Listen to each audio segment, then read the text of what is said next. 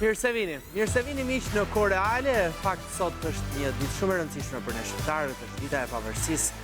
Është mendoj unë dita e cila në këtë nëntorin ton fuqezi jep simbolikën më të madhe të lirisë edhe të thirrjes që na ka patur gjithmonë ky kombi jon. Për ata të cilët nënshkruan pavarësinë e dikushme, disa prej tyre të cilët u fshin nga historia për arsye të ndryshme, sigurisht edhe për shkak të kohëve dhe regjimeve, megjithatë gjithmonë me trimërinë e fortë e me kokën lart për të kujtuar që ka një luftë vazhdueshme që është për vendin ton, për më të mirën ton, edhe për ne si profesionistë, si gazetar, ta mbajmë gjithmonë si kamban alarmi. E nis në fakt programin ditën e sotme, sigurisht do të ndalemi edhe tek dita e pavarësisë, po do të ndalem në fund. Unë do t'i qëndroj besnik formatit të në Kohë Reale për të shkuar te kronika. Në pjesën e parë do të flasim për sa i përket atyre familjeve të cilat vazhdojnë të jenë kërkim të familjarëve të tyre. E për cilat raste? Për rastet e atyre cilët shkuan dhe u bashkuan në grupin terrorist të ISIS. Disa prej tyre në një grup të madh ka qenë edhe Dragostunja Eli Brazhdit, shoqëri Kaça, një ndër këta persona së bashku me dy fëmijët, në fakt nuk është kthyer ende. U kthye nusja me një pjesë të tyre, po çfarë po ndodh në të vërtetë? Ku është trupi i shoqërisë Kaçës, po i atyre familjarëve të cilët vazhdojnë që të kërkojnë? Kemi rrëfimin e babait. Ai ka folur sot për mikrofonin ton, ka treguar dhe ka bërë thirrje gjithashtu për institucionet që sigurisht të kthejnë të birin ose të bëjnë kërkime që të gjejë dhe ai paqen e tij. Ndërkohë nga ana tjetër, në bisedën tonë të aktualitetit duam të flasim pak dhe për një alarm të Organizatës Botërore të Shëndetësisë, ku 1 në 7 fëmijë kanë probleme me shëndetin mendor. Në një grup moshë nga 15 deri në 20 apo 22 vjeç, duket se shëndeti mendor sjell shqetësime të mëdha në shoqërinë tonë. Aq më tepër, siç me sa duket edhe në Shqipëri, rastet të shumta suicidale, pra të vetvrasjes. Shqetësuese është kjo, për ta diskutuar me një panel të gjatë ekspertësh, të cilët do flasin më shumë, do tregojnë opinionet e tyre, do flasin për raste konkrete. Do të kemë edhe tema të tjera, po nis direkt me siglën edhe rikthehem për të biseduar me të ftuarit.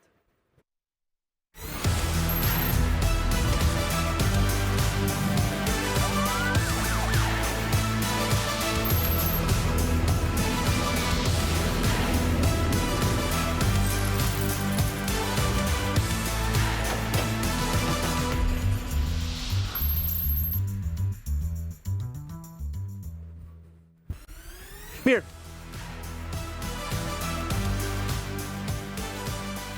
Vizionit publik shqiptar. Programin e sotëm do ta kemi në lidhje deri në orën 6:30, sepse do të ketë sigurisht do të kemi një ndryshim në programacionin e RTS-s, vetëm për ditën e sotme.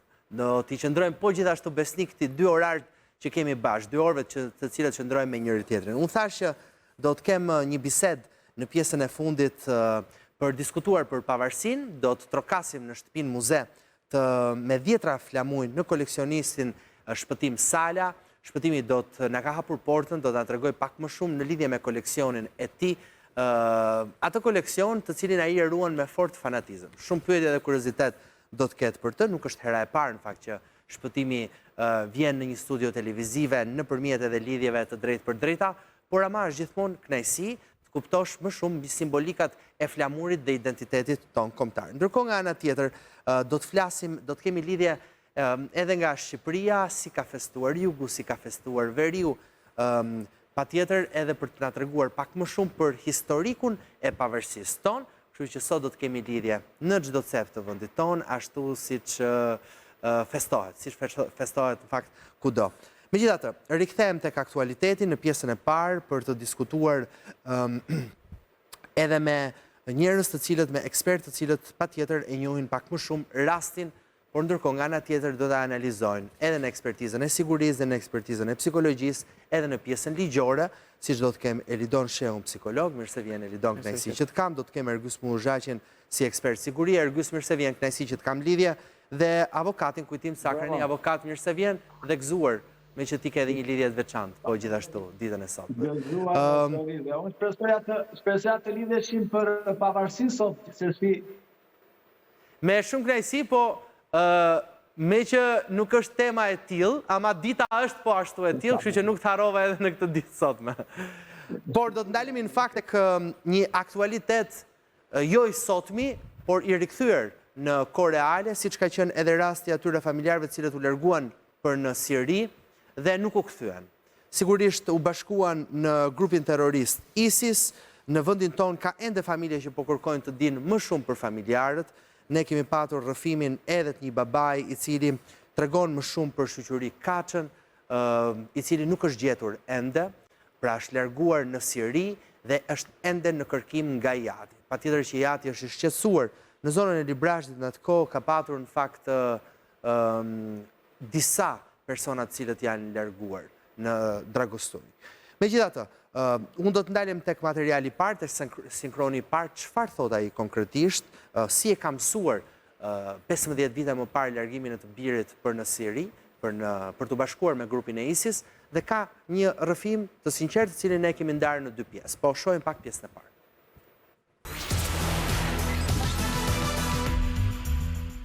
Po djali si iku, para 15 vjetëve, mbani mend? Ora, e tha kështu, do shkoj sa që i smurëm. Që i smurëm nga koka. E në tha do shkoj për spitalit për të mjeku. Atje si sinoj, unë se di jo më fare. Ju ka dërguar ndonjë mesazh apo? Asi mesazh. Nuk kam kontakt fare. As me djalin, as me 2 të djemt. Kërkoj për shtetit, që të di, gjallët e kemë. O plakën e kam zemërun, për që të pëj. Nusja kur erdhi, çfarë ju ka thënë? Ajo është e dame qyme atje, nuk di jo në ajo. Edhe ajo s'di jo fare, sa ta u vequnë. Veç gratë, veç burët. Që se u filloj luta, u dame ata. Po gratë qenë kamp për burë, nuk i përrej, qenë kamp. Dhe i mja kam jash mase, vetëm se s'kom që bëj, vetëm zoti, një mohë më bluj menja. Dhimbjen e kam në zemër, thot babai, vazhdon ende që të kërkoj për të birin, tregon për ndarjen që ka patur, pra sigurisht i biri me nusen, e cila tashmë është rikthyer në Shqipëri, 15 vite më parë, nga ana psikologjike ka një rëndes, po e nis pak me Ergysin përsa i përket çështjes së sigurisë dhe më pas do ta zgjeroj edhe me të ftuarit e tjerë. Ergys, çështja e Siris, çështja e riadhesimit të atyre shqiptarëve të cilët u larguan atje, duke e marrë që nga rasti i shoqëri Kaçës, po kthehem këtu. Sa e rëndësishme është, si ka qenë ai proces, a vazhdon ende që të ketë përpjekje? Në dijenin time, modeste, përpjekje nuk ka. Pra nuk dim që institucionet tona shtetërore të jenë duke u përpjek për tërheq shtetasit tanë që akoma ndodhen atje. Të cilët shkuan gjatë luftës me ISIS-in, se mund të kemi edhe të tjerë. Ideja është që autoritetet tona qenë në gjendje që të tërheqin shtetas shqiptar nga kampi Al-Holi dhe kampi tjetër, në kushte shumë më të vështira ligjore dhe diplomatike, kur ne nuk kishim asnjë lloj marrëdhënie me shtetin e Sirisë, i cili ishte pothuajse inekzistent, dhe absolutisht asnjë lloj marrëdhënie me autoritetin që drejtonte kampet. Kurse sot që Siria ka ndryshuar kryekëput situatën e saj, autoriteti shtetëror atje është, për mendimin tim, shumë lehtësisht i aksesueshëm dhe shumë dashamir ndaj komunikimit me shtetin tonë dhe me shtetet tjera të ngjashme. A pra ka një ndryshim thuati? Edhe në komunikim dhe në marrëdhënie? Sepse ndryshoi regjimi, pra iku Esedi, u zhduki Sisi, pra zyrtarisht nuk janë asnjëri as tjetri, as diktatori, as ata që gjasmë po luftonin diktatorin. Pra sot është një shtet i ri, një shtet goxha më ndryshe, një administrat e njohur nga Shqipëria, e njohur nga NATO, e njohur nga Shtetet Bashkuara të Amerikës dhe Bashkimi Evropian. Edhe nga Turqia që e kemi aleate dhe na kanë ndihmuar më parë. Plus shtetet e tjera arabe që kanë qenë ndërmjetëse në riavdesimin e parë të shtetasve që ne bëm. Pra në kushtet për të cilat ndodhemi tash, mendoj që në aspektin shtetëror do ta kishim shumë më të lehtë, por ka një neglizhencë dhe një harresë në dijenin time nga autoriteti shtetëror para. E dyta, duhet kuptojmë që përsa i përket kthimit të këtyre shtetasve në Shqipëri, ka një harresë apo nuk ka të dhëna për ata të cilët shkuan atje dhe ndryshuan ndoshta shumë informacione, emër, mbi emër, identitete? Edhe kjo është pjesë e harresës, Flori, sepse mund të kërkohen dhënat dhe Shumë njerëz kur mbahen në një kamp, regjistrat vazhdojnë të mbeten edhe njerëzit vazhdojnë të mbeten aty. Pra thjesht ka pas një kalim autoriteti dhe atje, pra në terrenin sirian, dhe përsa i përket palës tonë duhet kishte më tepër angazhim. Duhet kuptojmë, siç po thoj edhe në diçka tjetër përsa i përket kategorisë njerëzve apo natyrës njerëzve të shtetatëve tanë atje. Njëra palë hershëm ka shpreh dëshirën për të kthy, pra një kategori e njerëzve, dhe për arsye teknike, apo për arsye ligjore, apo për arsye tjera nuk ka pas mundësi të kthehet nga ne, kurse ka dhe një palë tjetër, e cila vazhdon indoktrinimin, ose nga mënyra se si e ka kuptuar situatën, ose nga mënyra se si imponohet nga personat ndryshëm atje, ose personat caktuar, po e them për kufizoj. Pra mendoj që me këtë kategori është, mendimi im është e kotë merresh, sepse ato e kanë da menjë dumeneta nej, e kanë da menjën që në shtetin shqiptar dihen të rrezikuar, sepse kështu ose është mushmenja me vetdijet plot, ose është mushmenja nga frika dhe presioni që kanë nga personat të tjerë, le të themi, influencues tek ta. Kurse pjesa tjetër njerëzve ka shprehur hershëm dëshirën, edhe në kontaktet, aq pak kontakte se kam pas mundësi unë të kem me personazhe familjar të huarve atje, vazhdon të mbetet, le të themi, një dëshirë, një pjesë të këtyre njerëzve që të kthehen tek familjet e tyre. Pastaj pjesën e tretë që kanë vdekur. A ka ndonjë familjar që ka rënë në kontakt vetë me familjarët e tij, pra ka patur ndonjë rast kur vetë personi i cili ka qenë me grupimet e ISIS, mbas kësaj kohe, mbas ndryshimit të regjimit, tashmë i ka shkruar një familjari? Apo nuk ka patur asnjë rast të tillë? Atëherë, ato pak kontakte që kam arrit të kem unë me familjar të përfshirë në Shqipëri, i kam pas deri në momentin që nuk kishte ndryshuar akoma regjimi, pra ato kanë pas kontaktet kufizuar me të afërmit e tyre dhe dëshirë të vazhdueshme për t'i kthyer. Dhe mungesë informacioni her pas here për gjendjen reale të afërmit të tyre atje. Kurse pasi ka ndryshuar sistemi, fatkeqësisht nuk kam pas mundësi të kem kontakte të tjera unë personalisht. Dhe mendoj që shteti tonë është hapur një derë shumë më e madhe dhe më e lehtë për të krijuar kontakte, për të marrë vesh situatën me saktësinë maksimale të mundshme dhe për të kthyer në Shqipëri ato persona që dëshirojnë apo paktën për t'i mundësuar familjarëve të tyre këtu që të komunikojnë me persona dhe të bëjnë, le të themi, kundër narrativën, nëse ato ka një lloj presioni, një lloj trysnie nga persona influencues atje brenda situatës që ndodhet, familjarët mund të ndihmojnë për të kundërtën. Kjo gjë nuk është lehtësuar, nuk është mundësuar nga autoritetet tona në dijenin time. E kuptoj. Avokat, është një situatë ligjore për cilën mund të diskutojmë në këtë rast, apo nuk ka asgjë ligjore, tashmë mbetet, pra flas për kërkimet që mund të bëhen për familjarë caktuar në Siri, për situatën, ndoshta edhe mbështetjen që mund të jepet atyre familjarëve të cilët kërkojnë këta njerëzit e tyre dhe si kanë këtu? Shiko, ne në legjislacionin tonë, në kodin tonë penal, kemi një dispozit, më saktë 3 dispozita që flasin për terrorizmin. Pra, për persona që i bashkojnë organizatave terroriste.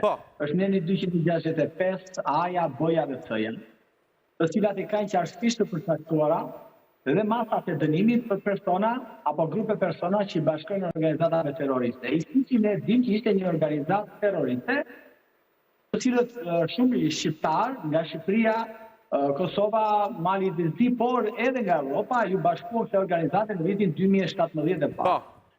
Bashkimi Evropian në atë kohë ka nxjerrë një direktivë dhe ka marrë masa të rrepta ndaj personave, qytetarëve të vetë do t'i bashkoheshin kësaj organizate.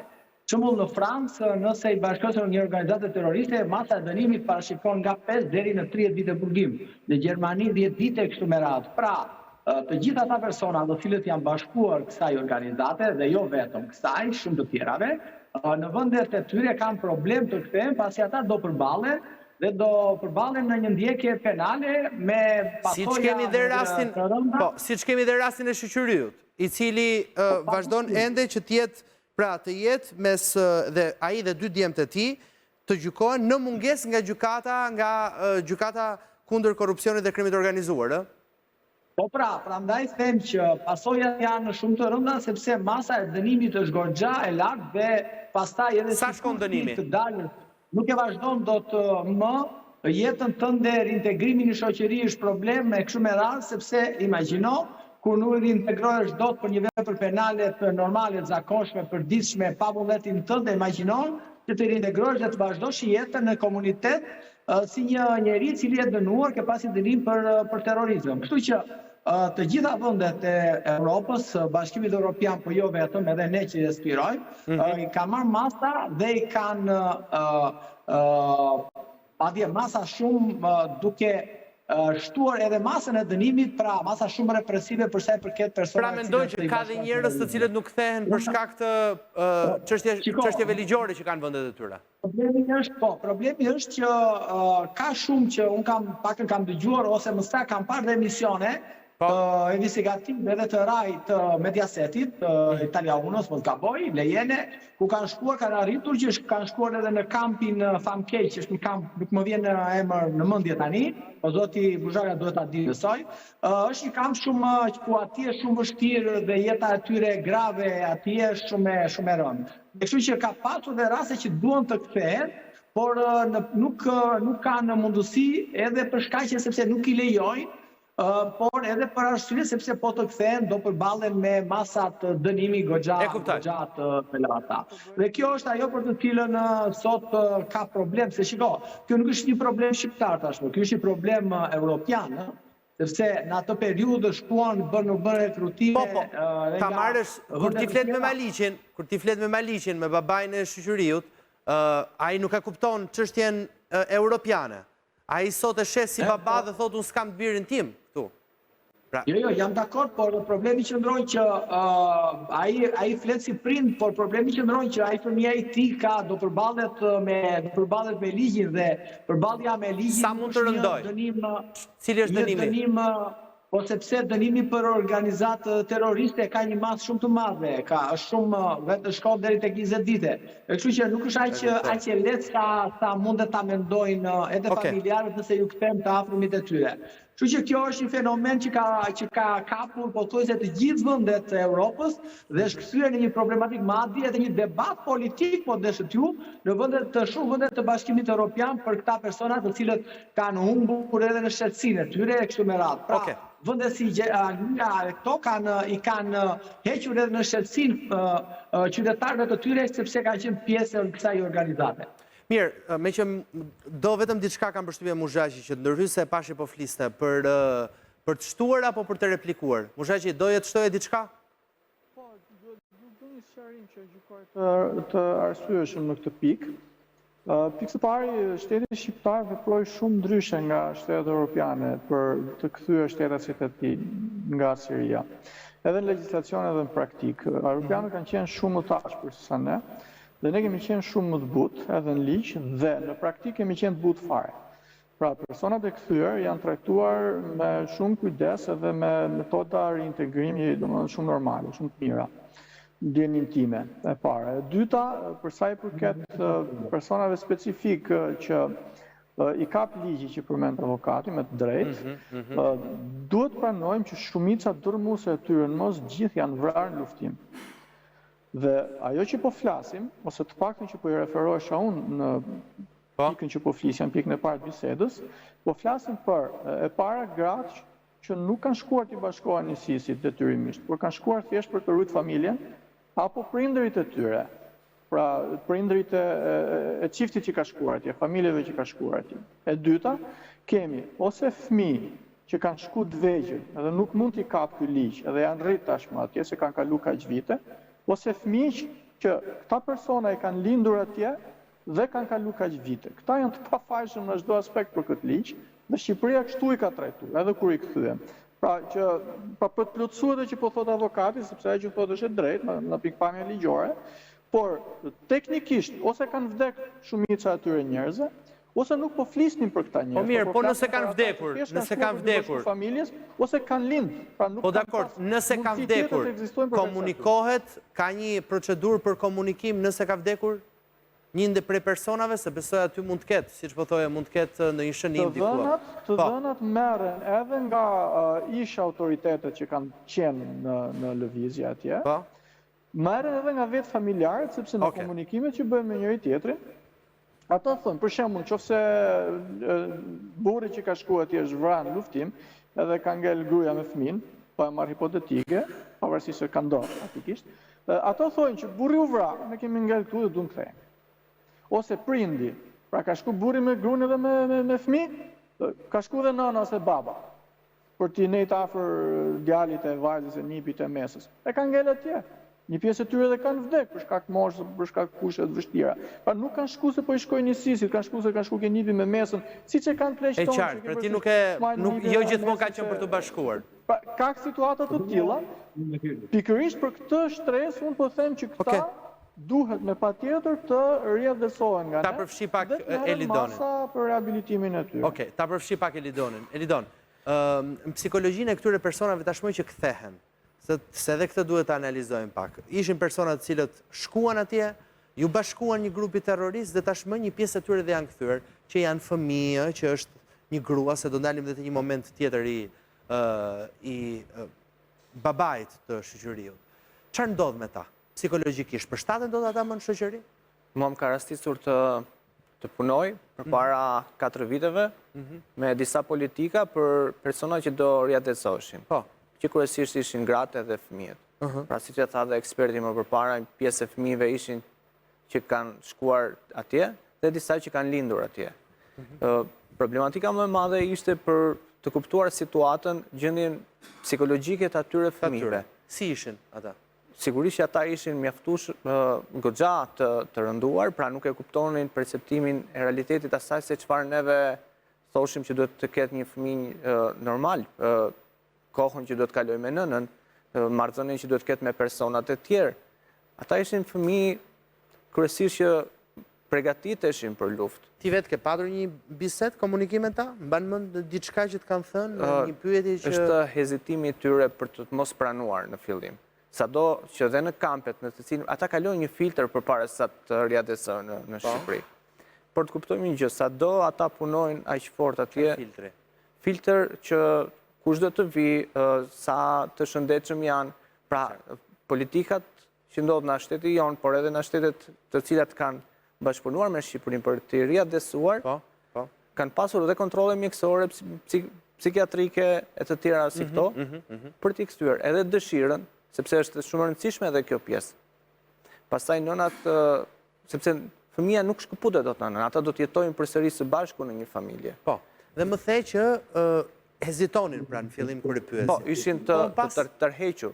Pra e kishin të vështirë të ndërvepronin me një person. Çdo bisedë, çdo lloj teme që ti arrije të hapi me ta, është e vështirë të afrojnë ose të ndërveprojnë ose të pyetësh për gjëra të vogla që kanë çdo fëmijë. Po të vështirësi për të komunikuar në shqip kishin? Një pjesë e tyre po. Por një pjesë kishte edhe nënat, se kryesisht nënat ose në pjesën më madhe të gjithë nënat kujdeseshin për fëmijët, flisnin shqip e njihnin gjuhën. Por kishte edhe nga ata fëmijë të cilët kemi dëgjuar, të cilët nuk i njihnin as nënën e tyre. Nuk i njihnin nënat e tyre? Se për shkak se edhe ato mund të ishin vrarë, por me identifikimin se ata ishin fëmijë shqiptar, të lindur nga prindër shqiptar, ka pasur edhe proces që janë riadresuar. Kush ishin më të traumatizuar, djemtë apo vajzat? Mes atyre fëmijëve që ti mund të kesh pyetur edhe të jenë kthyer, ë? Të dyja gjinit, të paktën se kam biseduar dhe me kolegët, të dyja gjinit e kanë këtë gjë. Ajo çfarë është më e traumatizuar që neve themi janë femrat, për shkak sepse duke parë edhe kulturën dhe predikimin e fesë. Pra, meshkujt e kanë një liri më të madhe, për shkak edhe televizin, edhe të ndërveprojnë me fëmijët e tjerë, ndërsa vajzat duhet të kenë veshjen, sjelljen edhe afrimiteti me nënën. Nëse ato bën një gabim që nuk e lejon nga feja, pra kanë dëshkimet. Pra gjithë në psikologjinë e tyre është mësuar ndëshkim për çdo gjëje në kuadër Pra të festë. gjithmonë ka ndëshkim. Ka ndëshkim. Ka gjithmonë për çdo veprim ka një ndëshkim. Do shkoj pak tek fjala e dytë e babait, Maliq Kaça, i cili ka folur në vazhdim, por në këtë rast për nusen e tij. Nusen e të birit, e cila u rikthye përsëri në Shqipëri përpara disa vitesh nga Siria, dhe ai thotë që ka të vështirë që të gjejë një vend pune, ka të vështirë pa çka se ajo jeton në Tiranë, ndërkohë që ai jeton në Elbasan, pra jeton në atë qark. Tani, çështja është që si mund të ndodhë edhe rikthimi i tyre në jetën sociale, atë që po flisim pak me Elidonin, edhe të atyre grave të cilët u rikthyen. Po shohim pak materialin.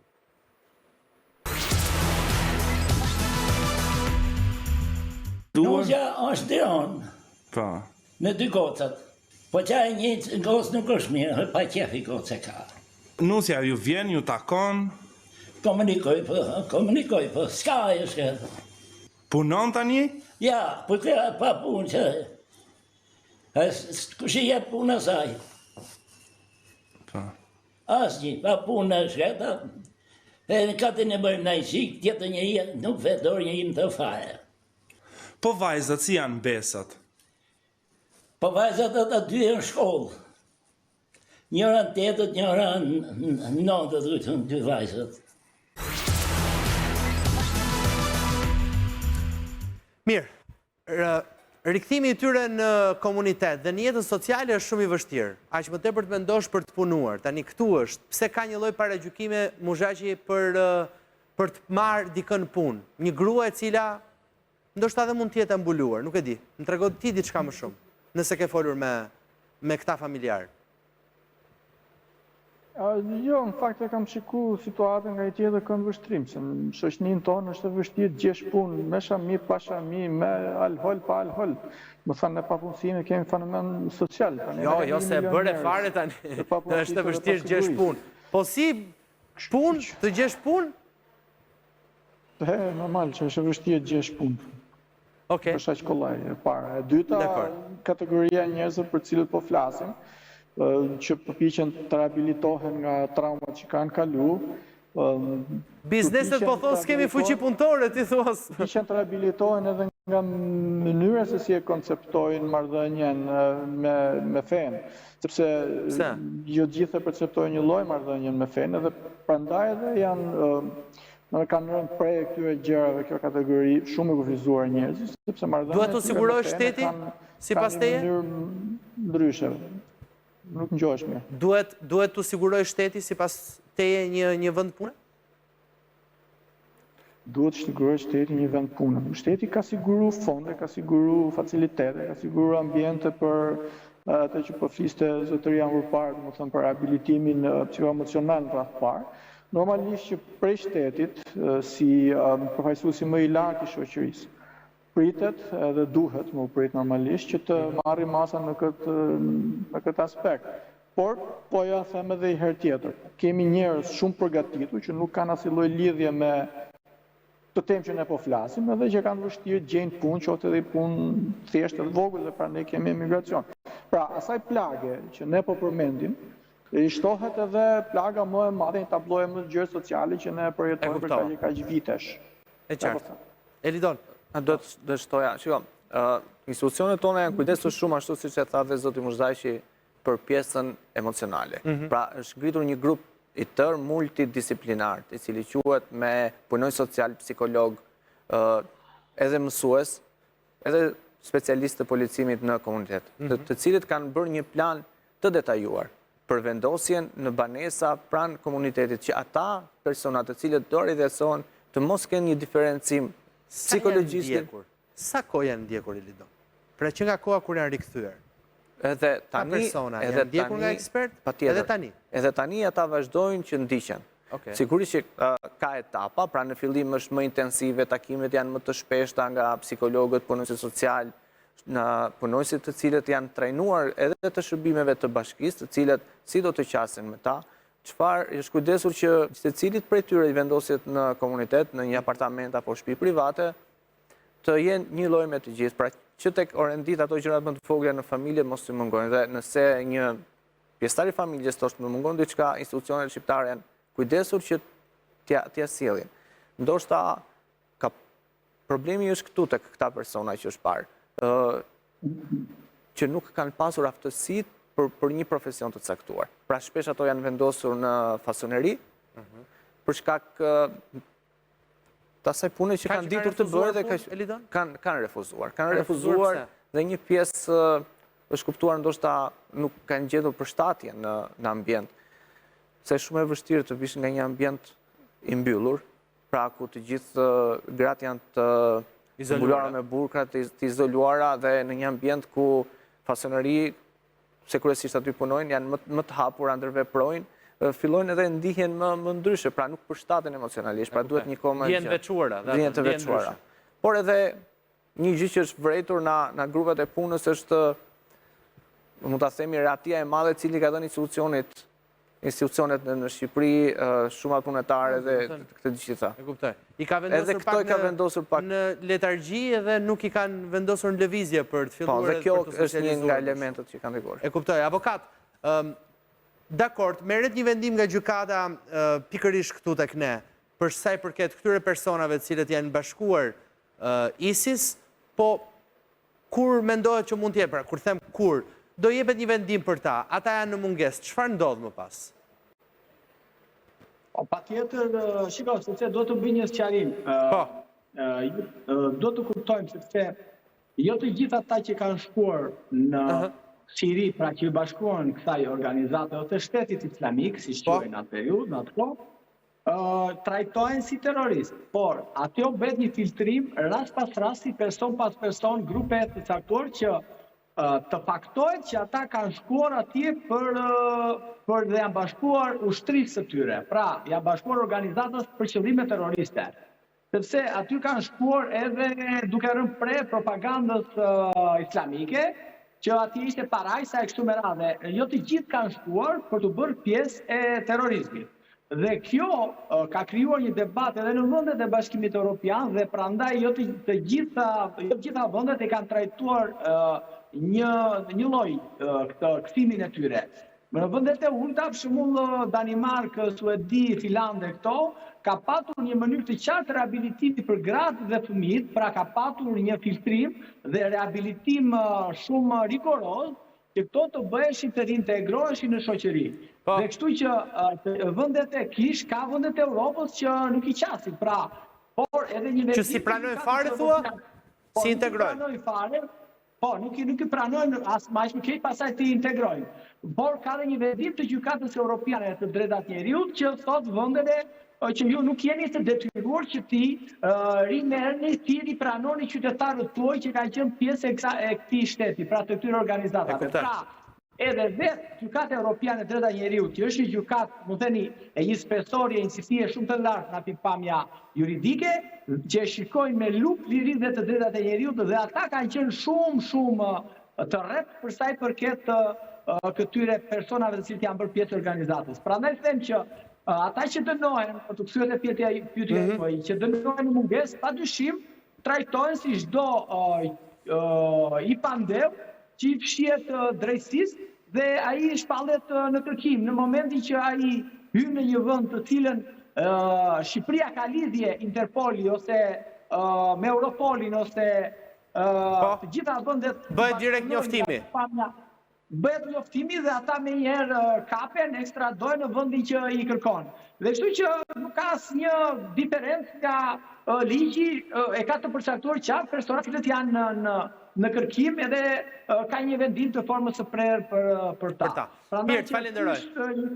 Ky është sqarimi juridik.